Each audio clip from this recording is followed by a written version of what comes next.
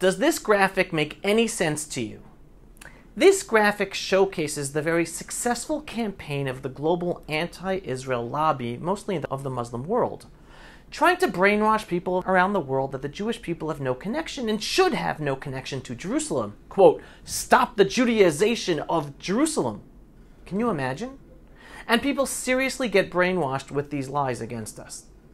Just to remind everyone of the facts, Jerusalem has been Jewish since Abraham tried to sacrifice Isaac on the Temple Mount, aka Mount Moriah, over 4,000 years ago. And then King David made Jerusalem the capital of the first Jewish kingdom more than 3,000 years ago, which was more than 1,000 years before Muhammad was even born to introduce Islam to the world. The irony is that the Muslims use the picture of the golden dome of the rock on the Temple Mount to somehow prove that Jerusalem does not belong to the Jews. But the rock that is protected by that golden dome is the rock where Abraham was about to sacrifice Isaac back in the Bible.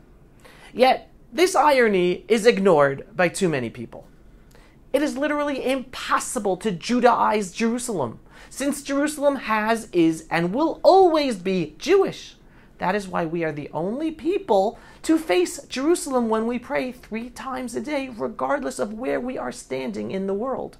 Jerusalem is the heart of the Jewish people since forever. God wanted Jerusalem and the Temple Mount to be a place where all people and all religions come to worship God and acknowledge that there is one God in the world.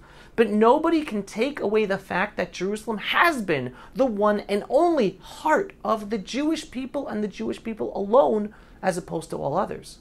Jerusalem is Jewish. Now, let's see how other people are reacting to this graphic.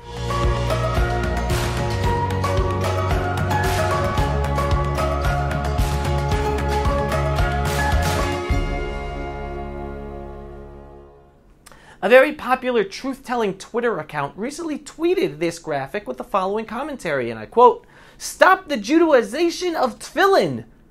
Makes about as much sense. Now, tefillin are the prayer items that we men place on our bodies during our morning prayer. It is a Jewish religious item. This is me wearing my tefillin just last week while I was on IDF reserve duty. The Twitter account then added the very poignant comment that, quote, "If you don't think this is anti-Semitic, your opinions on anti-Semitism are worthless," end quote. Why? Because the essence of Jew hatred is trying to erase our Jewish identity. And that is exactly what this campaign is all about. Trying to erase our identity by stealing away the heart of our being, Jerusalem, in the world of public opinion.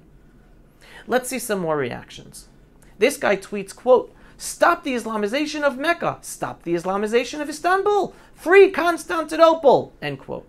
Now this is actually very interesting, because anyone who knows history knows that before Muhammad invented Islam, Mecca, Istanbul, and all the other cities and capitals in today's Arab Muslim Middle East were inhabited by other peoples and cultures, including many Christian sects. Yet, the Muslims defeated them with the sword and conquered those lands, cities, and holy places. Istanbul is a great example. It was once Constantinople, a capital city of the Christianity in the Middle East. Doesn't anyone remember the history of the Middle East? The Middle East used to be a center of Christianity of the world, but then the Muslim world conquered the Middle East, defeating the other peoples and religions, and taking over their holy sites. There are so many holy sites, and especially churches, that have been converted into mosques over the years throughout the Middle East.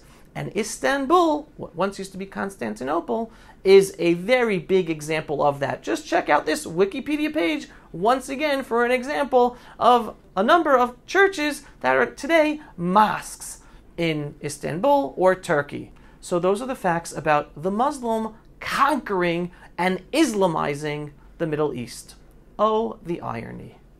So the hypocrisy of some Muslims lying to the world that the Jewish people are somehow making Jewish Jerusalem Jewish, while ignoring the history of Islam in the Middle East that has Islamicized holy sites of other religions and other peoples, screams to high heavens. Let's check some facts. The whole Stop the Judaization of Jerusalem campaign is trying to convince the world that the Jewish state of Israel is getting rid of Arab Muslims from Jerusalem.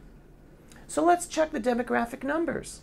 Here's a Wikipedia page, not really known for being pro-Israel or pro-Jewish, with the demographic history of Israel. So let's take a look. In the year 1944, before Israel became a state in 1948, we see that the Jewish population of Jerusalem was 97,000, while the Muslim population was 30,600. Now let's jump to the year 1967. In 1967, the Jewish population was 195,700, while the Muslim population was 54,963. Both numbers are growing. Remember, 1967 is the year of the Six-Day War, when Arab Muslim states, primarily comprising of Jordan, Syria, and Egypt, attacked Israel to eradicate her and throw all the Jews into the sea. Thanks to the IDF and God above, we miraculously won that war and liberated Judea, Samaria, the Golan Heights, Gaza, and all of Jerusalem, because between the years of 1948 to 1967, Jordan illegally occupied the eastern side of Jerusalem, including our holiest site, the Temple Mount, and the whole old city of Jerusalem. And Jordan actually forbid Jews from even entering our holy old city, and forget about getting to the Temple Mount. So after 1967, the Arabs who lived on the eastern side of the city were then counted as part of the demographics of Jerusalem under the Jewish state of Israel. So now let's look at the demographic numbers after the year 1967, and we'll just start with 1987, when the Jewish population was 340,000, while the Muslim population was 121,000. Then in 2011, the Jewish population was 497,000, while the Muslim population was 281,000. And the final demographic numbers I'll provide for you is 2016. The Jewish population was 536,600, while the Muslim population was 319,800. Now, this totally goes against the Judaizing Jerusalem narrative, because as they teach and pump out headlines all the time, let's just quote from their own website, the Palestine Studies website, and I quote from there, and this is their whole campaign, the whole narrative. Ever since the Israeli government announced East Jerusalem's annexation on June 27, 1967, and the Knesset's passing of the Basic Law on July 30, 1980, declaring a unified East and West Jerusalem the capital of the State of Israel, the Judaization of East Jerusalem and the uprooting of its Palestinian residents has not stopped. For instance, on August 2, 2009, the Israeli police ejected 2 Palestinian families from their homes in the Sheikh Jarrah neighborhood, where they resided for more than 50 years. Moreover, on August 16th, Jewish settlers seized a Palestinian home in Silwan. End quote.